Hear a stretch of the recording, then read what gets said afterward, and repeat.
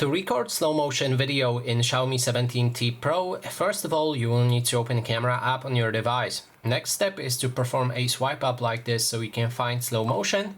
When you enter slow motion, you can adjust the settings. So first is the image resolution that you can switch to 720, 1080 or 4K. The higher it gets, the better quality for image you will get while recording, but I would prefer to have it at 1080. Then you can also switch to different FPS. So here we're gonna go for 960, which should give us the best quality for the slow motion. Now when we have it ready, let me record a quick slow motion clip. So I'm gonna drop a bottle in front of the camera in slow motion.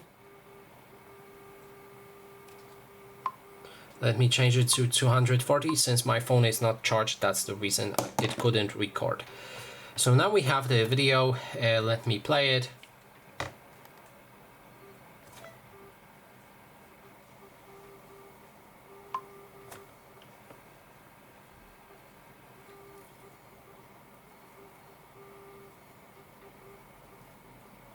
As you can see, it's in slow motion.